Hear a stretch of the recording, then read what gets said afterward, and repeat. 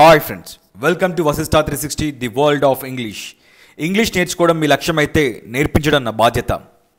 ఈరోజు ఈ వీడియోలో WH వర్డ్స్ని ఉపయోగిస్తూ ఇంగ్లీష్లో క్వశ్చన్స్ ఎలా అడగాలో నేర్చుకుందాము. ముఖ్యంగా ఈ వీడియోలో మనం నేర్చుకోబోయే విషయం ఏంటంటే వెన్ అంటే ఇంగ్లీష్లో మనము టైం గురించి చెప్తాము, తెలుగులో అయితే ఎప్పుడు అని అంటాము. ఒక పర్టికులర్ సిచ్యువేషన్ గురించి మనం మాట్లాడుతున్నప్పుడు ఆ టైం ఎప్పుడు, ఆ సిచ్యువేషన్ ఎప్పుడు అని చెప్పి మనం అడిగినప్పుడు వెన్నుని ఉపయోగిస్తాము. సో ఈ వెన్నును ఉపయోగించి ఎలా క్వశ్చన్స్ అడగాలో చెప్పే ప్రయత్నం చేస్తాను. జాగ్రత్తగా శ్రద్ధగా వినండి. వెన్ డూ యూ కమ్, మనకి ఇక్కడ ఈ వెన్ అంటే ఎప్పుడు అనే విషయం అర్థమైంది కదా. ఈ వెన్ అంటే ఎప్పుడు అనే విషయం అర్థమైన తర్వాత ఇంకో విషయం ఏం అర్థం కావాలి అంటే ఈ హెల్పింగ్ వర్బ్స్ ఒక యూసేజ్ అర్థం కావాలి. ఫర్ ఎగ్జాంపుల్, ఇప్పుడు ఇక్కడ డూ అనే హెల్పింగ్ వర్బ్ ఉంది. ఈ డూ అనే హెల్పింగ్ వర్బ్ని ప్రతిరోజు అలవాటుగా క్రమం తప్పకుండా నిత్యం తరచుగా జరిగే పనులకు మనం ఉపయోగిస్తుంటాం. So when do you come, నువ్వు ఎప్పుడు వస్తావు అని అర్థం. అదే మనం కనుక డిడ్ ఉపయోగిస్తే, డిడ్ అంటే ఏంటి, ఆల్రెడీ జరిగిపోయిన పని గురించి మనం చెప్పినప్పుడు డిడ్ని మనము ఉపయోగిస్తాము. వెన్ డిడ్ యూ కమ్ అంటే నువ్వు ఎప్పుడు వచ్చావు అని అర్థం. ఇక్కడ ఎప్పుడు వచ్చావు అని చెప్పినప్పుడు మనము ఈ డిడ్ని ఉపయోగిస్తాం. వెన్ డు యూ గో అంటే నువ్వు ఎప్పుడు వెళ్తావు అంటే, ఇప్పుడు ప్రతిరోజు అలవాటుగా క్రమం తప్పకుండా తరచుగా జరిగే పనులను మనము కీవర్డ్స్ ఎలా ఉపయోగించాలంటే డైలీ అని ఉపయోగించాలి. Daily when do you go to office అని రకంగా అడగవచ్చు. నువ్వు రోజు ఆఫీస్కి ఏ టైంలో వెళ్తావు అని అడగడానికి daily when do you go to office. ప్రతిరోజు లేదా రోజు నువ్వు ఆఫీస్కి ఎప్పుడు వెళ్తావు అని చెప్పి ఇలా చెప్పచ్చు. లేదా ఒకవేళ నిన్న నువ్వు ఆఫీస్కి ఎప్పుడు వెళ్ళావు అంటే డిడ్ని ఉపయోగించాలి. డిడ్ దేని గురించి చెప్తుంది, ఆల్రెడీ జరిగిపోయిన పని గురించి చెప్తుంది. Any action which is already completed గురించి. So when did you go, నువ్వు ఎప్పుడు వెళ్ళావు అంటే అర్థం. And when do you complete అంటే రోజు నువ్వు నీ పని ఎప్పుడు పూర్తి చేస్తావు అని అడగడానికి everyday when do you complete your work అని చెప్పి అడుగుతాము.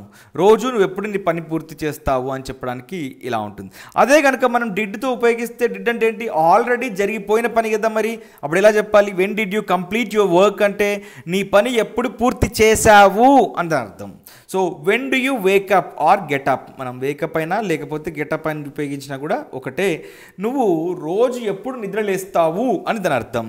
అదే ఒకవేళ డిడ్ ఉపయోగిస్తే నువ్వు మార్నింగ్ ఎప్పుడు నిద్ర లేచావు లేదా నిన్న ఎప్పుడు నిద్ర లేచావు అని అడగాలనుకోండి, when did you wake up or when did you get up. So ఈ రకంగా మనము ప్రతిరోజు చేసే పనులకైతే డూ, ఆల్రెడీ జరిగిపోయిన పనులకైతే డిడ్ని ఉపయోగిస్తాము. మరి భవిష్యత్తులో చేసే పనులకు అంటే భవిష్యత్తులో ఎప్పుడు వస్తావు, ఎప్పుడు లేస్తావు, ఎప్పుడు చేస్తావు అని అడగాలనుకోండి. ఫర్ ఎగ్జాంపుల్, నువ్వు ఎప్పుడు నిర్ణయిస్తావు, ఈ విషయం గురించి నువ్వు ఎప్పుడు నిర్ణయం తీసుకుంటావు అని అడగాలనుకోండి. అప్పుడు మనం ఏం ఉపయోగించాలి, విల్ ఉపయోగిస్తే సరిపోతుంది.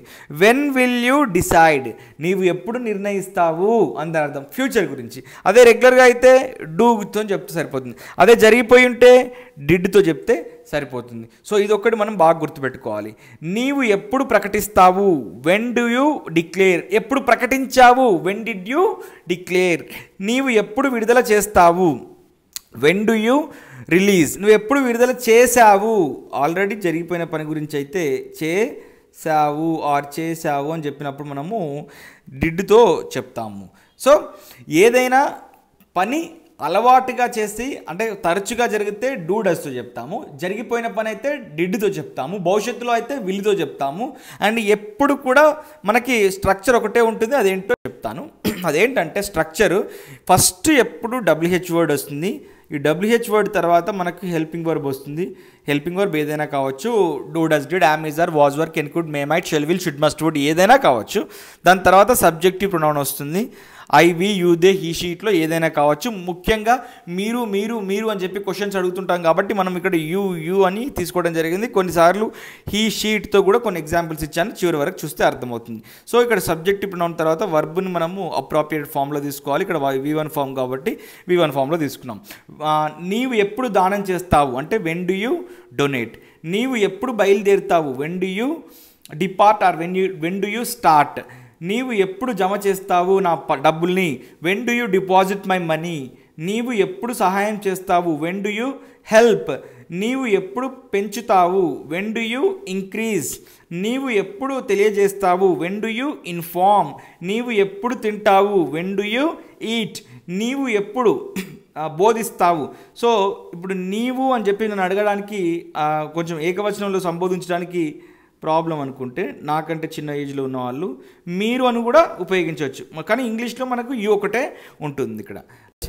అండ్ నీవు ఎప్పుడు కలుస్తావు లేకపోతే మీరు ఎప్పుడు కలుస్తారు అని చెప్పడానికి when do you meet, usually when do you meet your friends అని అడగాలనుకోండి ఇలా అడుగుతాం. సాధారణంగా మీరు మీ మిత్రులను ఎప్పుడు కలుస్తారు అని అడగడానికి ఇలా ఉంటుంది. అదే భవిష్యత్తులో అడగడానికి వెన్ విల్ యూ మీట్ అంటే భవిష్యత్తులో అది దాని గురించి. అదే ఎప్పుడు మీట్ అయ్యావు ఆల్రెడీ అయిపోయిందని చెప్పడానికి did, when did you meet. So ఇక్కడ చూడండి, మనకు తరచుగా జరిగే పనుల గురించి అయితే డూతోని, జరిగిపోయిన పని గురించి అయితే డిడ్తోని, భవిష్యత్తులో చేయబోయే పనులను అయితే విల్లుతోని మనం ఇక్కడ చెప్పగలిగాము. So when did you see, మీరు ఎప్పుడు చూశారు, నువ్వు ఆ సినిమా ఎప్పుడు చూసావు అని అడగాలనుకోండి when did you see. And మీరు ఎప్పుడు పూర్తి చేశారు, when did you complete the work, మీరు ఎప్పుడు నిద్రపోయారు, when did you sleep. And ఆమె ఎప్పుడు పెళ్లి చేసుకుంది, వెన్ డిడ్ షీ మ్యారీ. అతడు ఎప్పుడు వెళ్తున్నాడు, వెన్ ఈజ్ హీ గోయింగ్. ఇక్కడ మరి ఐఎన్జీ ఫామ్ ఎందుకు వచ్చింది అంటే ఇక్కడ ఈజ్ వచ్చింది కాబట్టి, యామ్ ఈజ్ ఆర్ ఉన్నప్పుడు ఐఎన్జీ యూజ్ చేయాలని చెప్పి నేను ఇంతకుముందు చెప్పాను కాబట్టి సో గుర్తుపెట్టుకోండి అది. అండ్ అతడు ఎప్పుడు పూర్తి చేయాలి, when should he complete. So should అంటే ఏంటి, చెయ్యాలి, అందుకే ఇక్కడ చెయ్యాలి అని వచ్చింది. సో నీవెప్పుడు అతడిని కలుసుకోగలవు అంటే మీట్, గలవు అంటే సామర్థ్యం కాబట్టి ఇక్కడ కెన్ వచ్చింది. When can you meet him అంత అర్థం. అదేవిధంగా నేను మళ్ళీ నిన్ను ఎప్పుడు సంప్రదించను అంటే భవిష్యత్తులో ఇక్కడ చెప్తున్న విషయము కాబట్టి విల్ కానీ షెల్ కానీ యూజ్ చేస్తాం. When shall I consult you again. And మీరు ఎప్పుడు దీనిని ప్రదర్శించాలి అని వచ్చింది కాబట్టి షుడ్ ఉపయోగిస్తున్నాము. When should you display this, ఒక సైన్స్ ఫెయిర్లో ఏదైనా ఎగ్జిబిట్ని మనం ప్రదర్శించాలి అనుకున్నప్పుడు మీరు దీన్ని ఎప్పుడు ప్రదర్శించాలి అని అడిగినప్పుడు ఈ రకంగా అడుగుతాము. మీరు నా పుస్తకం ఎప్పుడు తిరిగిస్తారు, when will you return my book అంటే ఇది ఫ్యూచర్లో కాబట్టి. అండ్ మీరు నా పుస్తకం ఎప్పుడు తిరిగి ఇచ్చారు నాకు గుర్తులేదే అని అడగాలనుకోండి when did you return my book అంత అర్థం, అలా అడగాలి.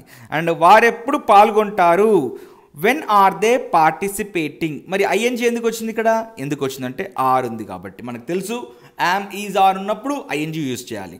And when has he prepared, has అనే హెల్పింగ్ వర్క్ తీసుకొని చెప్పాను. అతడు ఎప్పుడు తయారు చేశారు. And when will you start the class or otherwise మీరు నన్ను అడుగుతున్నారు సార్ మీరు 45 రోజుల కోర్సుని ఎప్పుడు స్టార్ట్ చేస్తారు అని అడగాలనుకోండి, sir when will you start 45 days spoken English course అని చెప్పి అడుగుతున్నారు. మీరు ఎప్పుడు మొదలు పెడతారు, ఎప్పుడు స్టార్ట్ చేస్తారు అని అర్థం. మీరు మా దగ్గరికి ఎప్పుడు వస్తారు, when are you coming to us. And వారు ఎప్పుడు తిరిగి వస్తారు, when would they return or when do you or when do they return అని కూడా చెప్పచ్చు. వుడ్కి బదులు మనం డూని కూడా ఉపయోగించవచ్చు అని చెప్పాను కదా. సో అతడు ఎప్పుడు గలడు అంటే సామర్థ్యం గురించి చెప్పినప్పుడు అప్పుడు కెన్ యూజ్ చేయాలి. వెన్ కెన్ హీ రీచ్ అని అర్థం. వారు ఎప్పుడు హాజరు అవ్వాలి, చెయ్యాలి, పాడాలి, పోవాలి అంటే ఏంటి షుడ్ కాబట్టి వెన్ షుడ్ దే అటెండ్. మీరు ఎప్పుడు పుట్టారు అంటే ఆల్రెడీ అయిపోయింది, ఇది పుట్టారు అంటే ఆల్రెడీ జరిగిపోయింది కాబట్టి when did you Born. And when did you by, ఎప్పుడు కొన్నారు, ఆల్రెడీ కొనేశారు కాబట్టి. ఎప్పుడు కొంటారు అంటే వెన్ డు యూ బై దాని అర్థం. And when will you return my money, నా డబ్బు ఎప్పుడు తిరిగి ఇస్తారు, ఇది ఫ్యూచర్ కాబట్టి విల్లు పెట్టాము. ఆల్రెడీ ఎప్పుడు ఇచ్చారు అని అడగడానికి when did you return my money అంటే నా డబ్బు ఎప్పుడు ఇచ్చారు, తిరిగి ఇచ్చారు అని మళ్ళీ క్వశ్చన్ చేయడానికి. అండ్ నేను మీకు ఎప్పుడు కాల్ చేయాలి అని ఉంది కాబట్టి షుడ్ యూజ్ చేయాలి. When should I call you.